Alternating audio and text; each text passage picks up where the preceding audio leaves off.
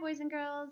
Today we're going to take a look at session 2 and 3 today in your writer's workshop. And session 2 and 3 are mostly about how to brainstorm ideas on what to write.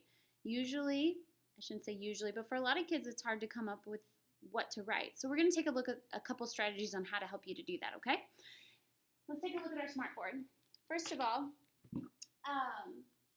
I have a couple ideas on how you can generate ideas to come up with a small moment for your personal narrative. One strategy that you can do is you can think of a person that matters to you and list those small moments, choose one, and write the whole story. So for instance, for myself, I could list my mom as an important person, my husband, my sisters, my dad, and then what I would do is list small moments that I've had with those people and write that into a story. So for my mom, she was there for me when I had my appendix taken out.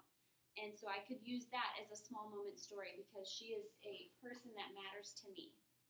With my husband, I could talk about our wedding day and list the small moments from our wedding day that were important to me. Another strategy that you can use is you can think of a place that matters to you and then use pictures and quick notes and jot about those small moments that you've had. And then pick one of those moments and write the whole story. Here is an example of a small moment, or a map. If you can see it, I don't know if you can see it real well on here, but it'll be on the slides on Canvas as well. But here I have just taken a picture of a place that matters to me. And this is a picture of when I was a kid, my neighborhood growing up. And you'll notice I took notes on different spots around. I'll list just a couple. One, I have a picture of a pool where my brother almost drowned right here. I have a picture of some gravestones from where we buried our cat and our dog in the backyard. I have a picture of myself riding a bike because this is the street that I learned how to ride a bike. And then this is where I fell off my bike. So each one of those pictures and little notes that I jotted down could be a story that I write about.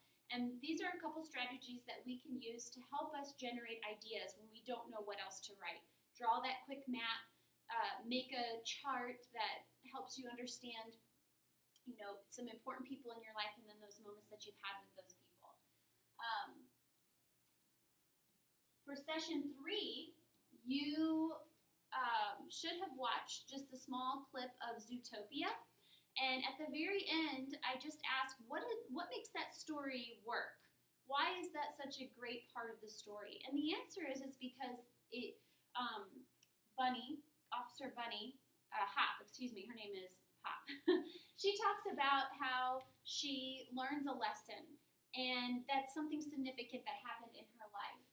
So another strategy that you can use when you're trying to come up with what to write is think about the first time you have experienced something as well as the last time you've experienced something. And just list those moments. These first time and last time experiences need to be something significant, not the first time I chewed bubblegum or the first time that I jumped rope, maybe. Something that is really deep and meaningful and significant. Maybe it was the first time you held your new baby sister. Or maybe it was the last time that you saw your favorite pet or animal. It needs to be something that is very deep and personal because there's usually a life lesson that goes with it. Just like when you watched in Zootopia, she talked about the first time when she went to Zootopia, she thought it was going to be a great place where people got along and everybody was happy. But she quickly realized that it wasn't what she had thought it was going to be, but she learned a lesson through it, that everybody has an opportunity to make change in her life.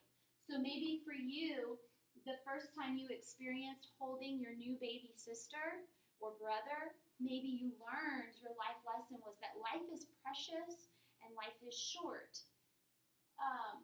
Same with your pet animal. Maybe you didn't realize how important that particular animal was to you and what that meant to you. So when you write these ideas down, and you should have about 5, I would say, first time experiences, last time experiences, they need to be something that is very powerful. Remember, I do want to say this. If you don't feel it, your readers won't feel it either. If you're sitting there and you're writing a story that is not very significant to you or not important to you, say like I'm writing about the first time I went to Six Flags. That's a fun, great experience, but we want something very deep and meaningful that you can talk about how it has changed you. Now, maybe going to Six Flags, in some way, something happened that it was something very deep and a life lesson that you have learned. But we want to start creating personal narratives and stories that have a deep meaning, a deeper understanding to it. Remember, if it doesn't matter to you, it's not going to matter to the reader either.